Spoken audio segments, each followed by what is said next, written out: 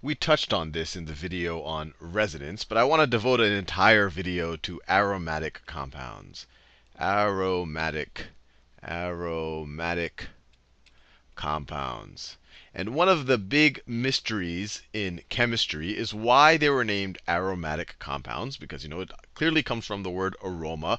So one would think maybe all of these compounds smell good or smell bad or don't smell at all, but it actually turns out that a lot of them don't even smell at all. So it's a little bit of a mystery. Some people think that they have some relation. The gentleman who named them saw that they had some chemical relation to things that did smell, so that he named them aromatic compounds. So it is a bit of a mystery. In general, the most common aromatic compound, and really this is like 99% of the time what you're going to see in chemistry class as an aromatic compound, is either benzene or a molecule derived from benzene. And let me draw benzene right here. So benzene is normally drawn like this. Let me draw. So it's a 6-carbon ring, and it has 3 double bonds. It has 3 double bonds like that. And we learned in the resonance video that this isn't actually the only configuration for benzene. It could just as likely be in this configuration. That this electron up here might move there, this electron might move over there, and then this electron might move over there. So let me clear that up just so you don't make it too confusing. So it could just as likely be in this configuration. It could just as likely be in this configuration right here, where the double bonds are on the other bonds that aren't double bonded over here. So it could just as easily be over there. And we learned in the resonance video that the reality is it's actually in between. And sometimes it's drawn like this, as going back and forth between these configurations. But the reality, and you'll sometimes see it drawn like this.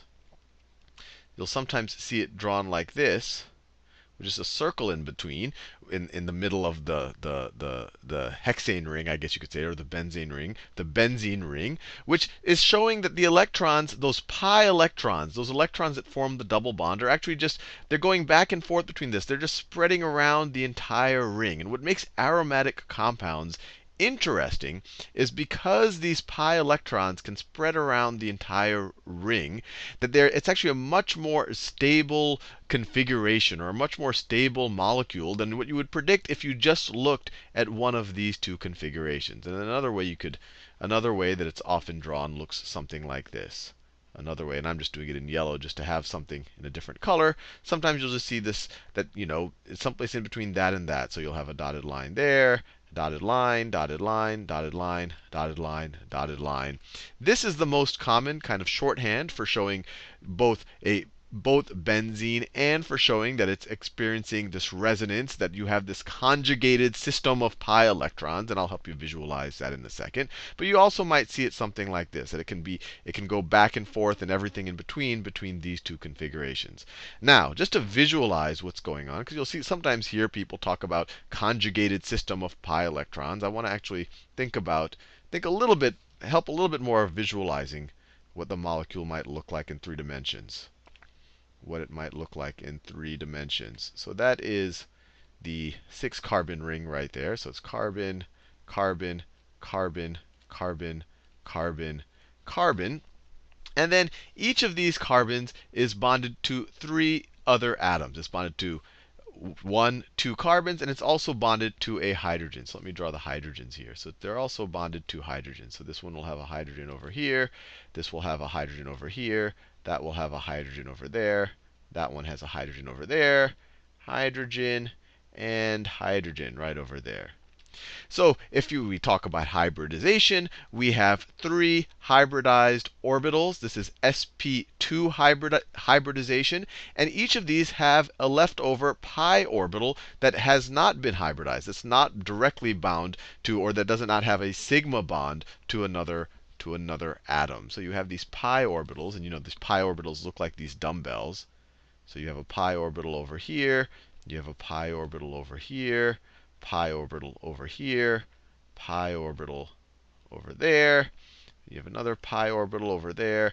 Pi orbital and pi orbital. And pi orbital, I drew them like this, because if I drew them bigger than that, the diagram would get messy. But in general, whenever you have double bonds, like this double bond, let's say that this carbon, let me change colors so we know what we're focused on. So let's say this sigma bond right over there. Let's say that that sigma bond right over there is this sigma bond. Actually, let me do another one just so it's easier to see.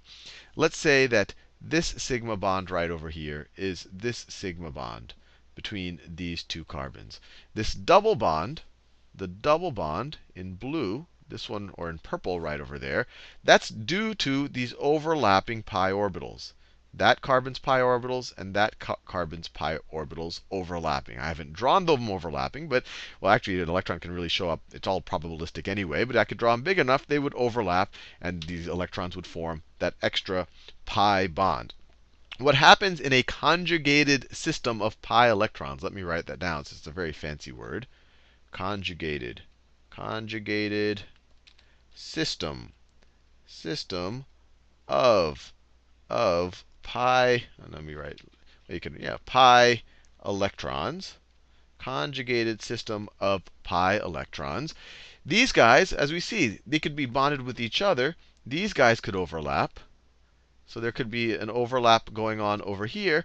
Or we could flip into this configuration where this guy would overlap with this guy over here.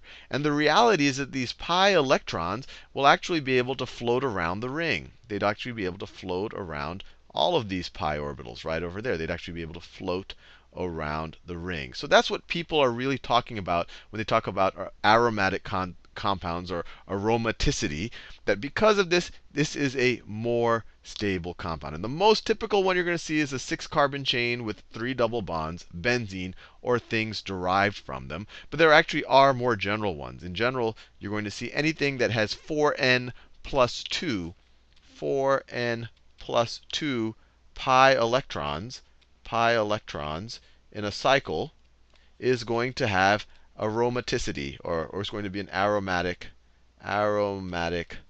compound.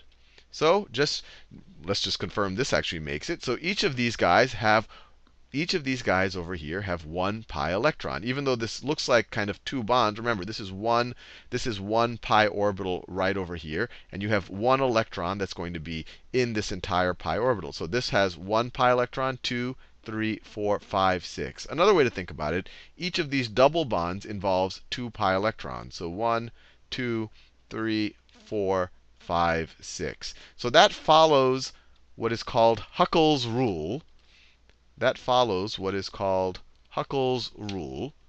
Huckel's rule, I think there's 2 dots above the U. Huckel's rule, maybe? That follows Huckel's rule, because if you set n is equal to 1, 4 times 1 is 4, plus 2 is 6. So 6 pi electrons work. If n was 2, you'd have 4 times 2 plus 2, which is 10. So if you had 10 pi electrons, it would also work. So a molecule that looks like this, let me see if I can draw it. A molecule that looks like this would also work. So if you have 1, 2, 3, 4, 5, 6, 7, 8, 9, 10